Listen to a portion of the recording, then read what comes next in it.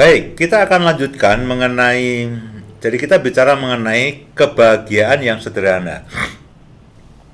Dan itu dimulai dari keseharian kita.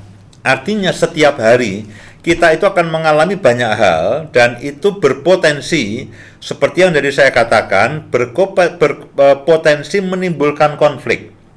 Nah, kalau setiap hari itu konflik, lama-lama kita akan menjadi keluarga yang tidak bahagia. Ya. Tapi sebaliknya, setiap hari kita ini punya kesempatan, ya. Kita ini punya kesempatan untuk membuat pasangan kita bahagia. Ya. Dan kalau pasangan satu dengan yang lainnya saling membahagiakan, suami membahagiakan istri, dan sebaliknya orang tua dengan anak itu saling melakukan sesuatu yang membuat hati mereka senang, itu kebahagiaan akan menjadi kultur, akan menjadi kebiasaan, akan menjadi satu satu budaya dalam kehidupan keluarga itu, dan itu akan menjadi menyenangkan sekali. Ya. Nah, saya mencoba membuat survei hal-hal kecil apa yang bisa membuat pasangan itu menjadi bahagia. Nah, yang pertama ini berkaitan dengan makanan. Ya, pertanyaannya adalah begini, hal sederhana apa yang dilakukan oleh pasangan yang membuat kamu bahagia? Dimasakin kesukaan makanan kesukaan. Sederhana Ya, kan? sederhana. Jadi kalau istri secara berkala menyajikan makanan yang disukai oleh suami, Makanan masa itu kecil. rupanya makanan masa kecil, terutama ya. Meskipun rasanya udah nggak karu-karuan, tapi paling tidak itu makanan masa kecil. Ya, ini Hargailah niat baik. ya, hargailah niat baik, karena makanlah sebisa mungkin. Ya. Nah, itu rupanya membangkitkan satu hal yang menyenangkan. Kemudian juga membelikan makanan kecil yang disukai oleh pasangan, entah martabak lah, entah apa sebagainya. Kemudian ketika makan ditemani. Loh, Ya. menemani orang makan itu kan dikatakan berapa? Loh, ya tidak. Makan paling lama ya 5-10 menit. Sembari makan kita ngobrol, kita mengapresiasi pasangan kita. Nah, rupanya ada orang-orang yang bahagia. Ya, bahagia ketika makan lalu diperhatikan oleh pasangannya dan ditemani. Ya. Belum ada minum diambilkan minum, belum ada garpu diambilkan garpu, dan sebagainya. Jadi ketika makan itu bisa menjadi potensi pemicu kebahagiaan. Sederhana Ya. kan? Kemudian berkaitan dengan komunikasi. Ya, ketika curhat itu didengarkan. Ya. Nah, itu juga membuat orang yang curhat puas. Curhat dibantah, lu curhat kok dibantah. Lu itu memangnya debat di politik ya. Ini bukan debat politik. Suami atau istri curhat itu dikatakan lalu didengarkan dengan penuh perhatian, bahkan bersikap empati. Ya, ditanya kenapa, ada masalah apa. Lalu jangan disalahkan. Nah, ketika diceritakan malah dikuliahi. Ya, jadi orang bicara didengarkan dengan baik, ditanya keadaannya, ketika curhat juga ditampung tanpa dikomentari. Rupanya itu membuat senang.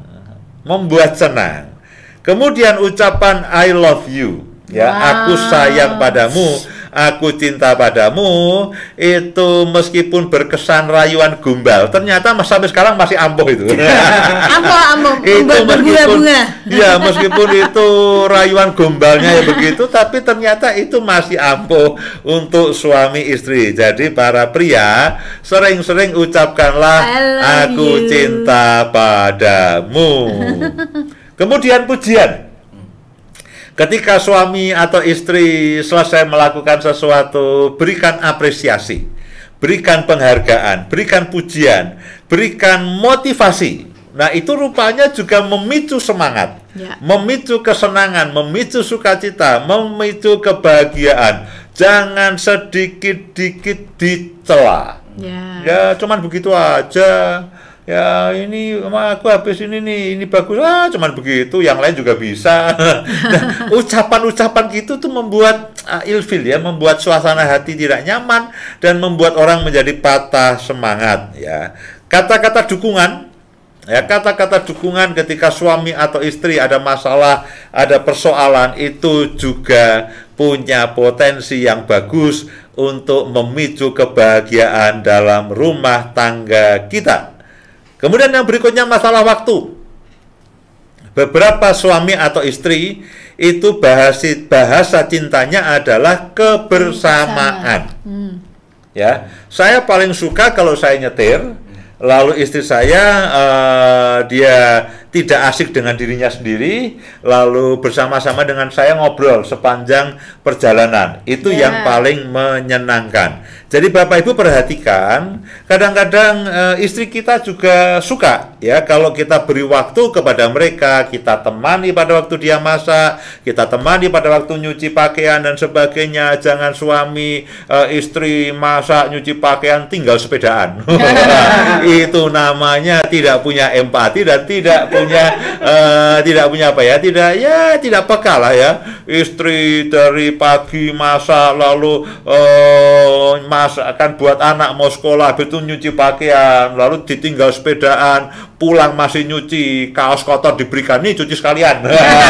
Sepeda suruh nyuci sekalian. Nah, itu namanya tidak empati lah. Itu siapapun istrinya, saya bisa membayangkan seandainya saya istrinya, saya kesel juga. Saya kan sini mas, ini ya, aku masukkan aku masukkan kamu ke mesin cuci sekalian. Ya, meluangkan waktu bersama, temanilah aktivitas suami atau istri, berilah apresiasi, beri dukungan, beri penghargaan. Setiap pencapaian apapun, jadikan itu momen perayaan. Dan itu akan menjadi kebahagiaan bersama. Kadang-kadang ngobrol santai, ya. Kami banyak ngobrol santai. Kadang-kadang setelah kami makan malam, saya ajak istri ke halaman depan di rumah. Ayo kita jalan-jalan di depan, ya, sambil lihat bulan.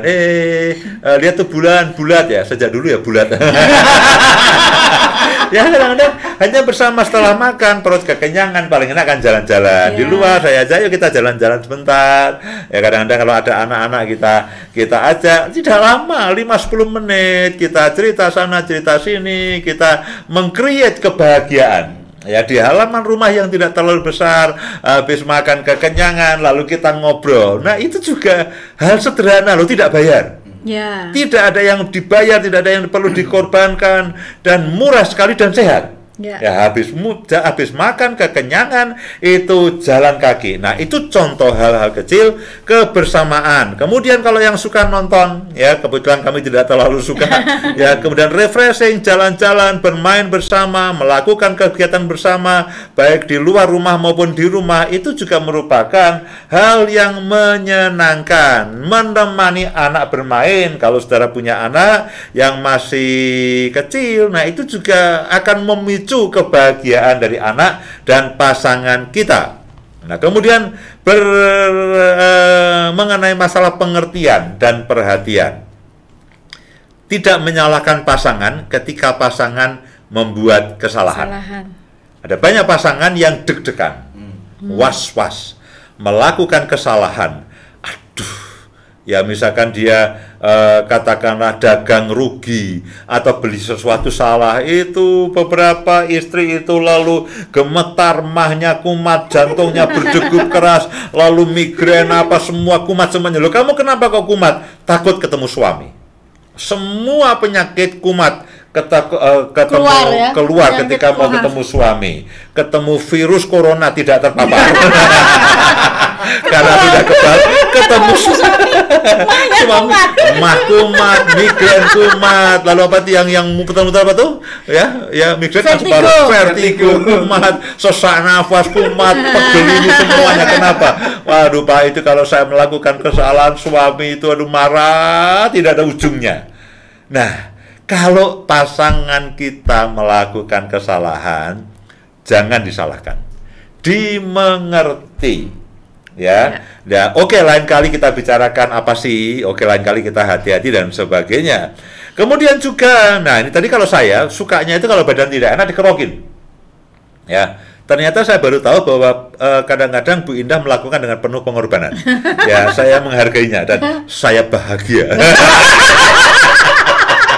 Loh, ini ada nih, ada yang merasa bahagia ketika dipijat. Ya, oleh saya nggak tahu ini istri atau suami dipijat kalau capek itu rupanya ya meskipun tidak harus, Pak, saya mau les pijat dulu, nggak usah. Kadang-kadang itu bukan masalah uratnya yang salah, hanya perlu belayan kasih sayang.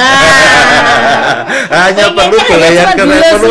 Ya nggak perlu harus pakai apa ilmu apa dan sebagainya. Itu kan keseleo ke tukang pijat saja. Itu lain masalahnya. Kemudian juga surprise. Ya, kalau ya tidak harus nunggu ulang tahun. Ya, tapi pada momen-momen tertentu kita tahu kesukaan suami, istri, apa yang diharapkan. Nah, itu juga bisa menolong, ya. Kemudian juga gini, ini juga hal yang penting. Kita itu menikah bukan hanya dengan istri kita. Kita menikah dengan keluarganya juga sebetulnya. Jadi ketika kita menemani istri berkunjung ke rumah orang tuanya atau berkunjung ke sanak saudaranya, itu juga dari hasil survei itu juga merupakan sebuah kebahagiaan. Kalau ditemani mengunjungi sanak saudara atau keluarganya, dan itu menurut saya itu hal yang sangat amat bagus. Itu perhatian yang tulus kepada pasangan kita. Kemudian ini kelihatannya ada yang dari istri, ada yang dari suami. Kalau istri sukanya dipeluk, ya, istri sukanya dipeluk. Kemudian kalau suami inginnya istri tampil cantik. Ini saya tahu kira-kira siapa yang menjawab ini nih, ya. Ya, jadi itulah hal-hal yang menyenangkan. Jadi para ibu, suami suka kalau istrinya tampil cantik. Ya, tampil cantik, tampil bersih, tampil wangi. Dan para bapak-bapak, istri suka dipeluk, ya.